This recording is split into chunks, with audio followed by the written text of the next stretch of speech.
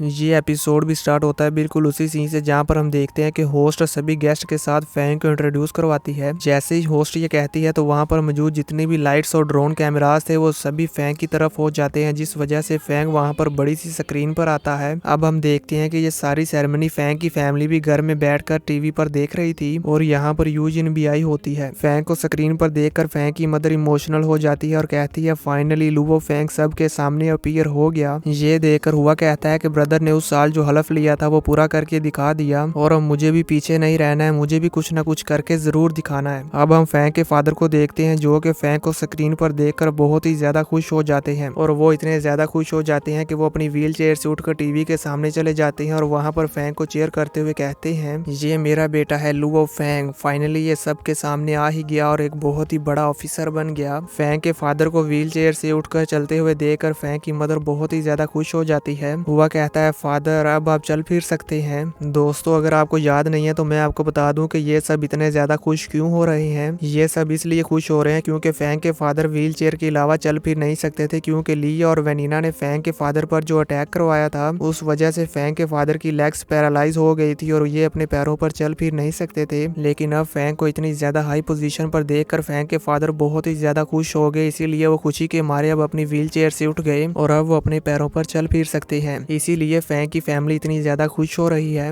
View change होता और हम देखते हैं कि बेस सिटी ऑफ जियांगनान के सभी लोग ये सेरेमनी लाइव देख रहे थे। ये सब लोग भी काफी खुश थे, जिसके बाद हम यूजिन के ब्रदर जू गैंग को देखते हैं जो अपने फ्रेंड वैंग के साथ बैठकर फैंग की सेरेमनी को देख रहा था। और अब जू गैंग अपने फ्रेंड से कहता है वैंग क्या तुमने देखा, ये जो एक्सट्रीम ग्लोबल मार्शल हॉल के इंस्पेक्टर लुवो फैंग है ये मेरे ब्रदर इन लॉ है। और अब जू गैंग अपने फ्रेंड को ताना मारते हुए कहता है मैंने सुना है कि तुमने यूजिन का पीछा करना छोड़ दिया है और गिव अप कर दिया है, क्यों, क्या तुम डर गए। ये सुनकर वैंग चौंकते हुए कहता है ब्रदर जू गैंग आप मुझे इसके बारे में दोबारा से याद ना दिलाएं, वो मैं ही था जिसने पहले लुवो फैंग को ऑफेंड किया था और अब मैं दोबारा से लुवो फैंग के साथ कोई भी परेशानी बनाने की हिम्मत नहीं करूंगा। व्यू चेंज होता और हम फैंग के फ्रेंड हुआ को देखते हैं जिसे कि अपनी कम्युनिकेशन वॉच पर एक मैसेज आता है, जिसे देखने के बाद वो फैंग से कहता है लुवो फैंग क्या तुम्हें याद है एंशिएंट सिविलाइजेशन रूइंस नंबर 9 में जाने से पहले तुमने मुझसे कुछ कहा था। तुमने कहा था कि मुझे इन 9 प्लेसेस से इंफॉर्मेशन कलेक्ट करनी है ताकि मैं तुम्हारे फादर और मदर के मिसिंग रिलेटिव्स को ढूंढ सकूं जो कि निर्वाणा के टाइम में खो गए थे। ये सुनकर फैंग भी खुश हो जाता है और कहता है क्या तुमने उनको ढूंढ लिया। हुआ कहता है फैंग तुम्हारी मदर और फादर के रिलेटिव्स में से 3 लोग अभी भी जिंदा हैं, जिनमें सबसे पहले है तुम्हारी मदर के अंकल लुवो होंग किन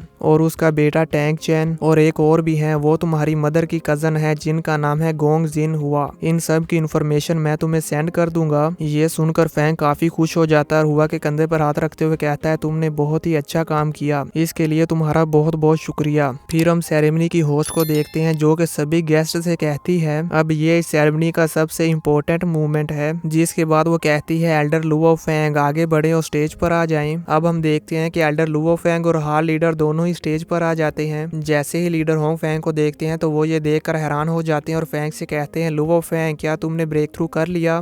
फैंग कहता है जी हाँ हाल लीडर आपने बिल्कुल सही कहा, मैंने 2 दिन पहले ही ब्रेक थ्रू किया है। ये सुनकर लीडर होंग खुश हो जाते हैं और फैंग से कहते हैं कि अब तुम्हारी करंट फ्लाइंग स्पीड लिमिट क्या है। फैंग कहता है 2400 मीटर पर सेकंड। लीडर होंग कहते हैं वेरी गुड, तुम्हारी स्पीड तो बहुत ही ज्यादा इंप्रूव हो गई है और अब तुम इस वर्ल्ड के 3rd सबसे फास्ट फ्लाई करने वाले पर्सन बन गए हो। ये सेरेमनी खत्म होने के बाद तुम मेरे साथ मिस्ट आइलैंड पर चलो। ये सुनकर फैंग काफी हैरान हो जाता है और कहता है मिस्ट आइलैंड पर।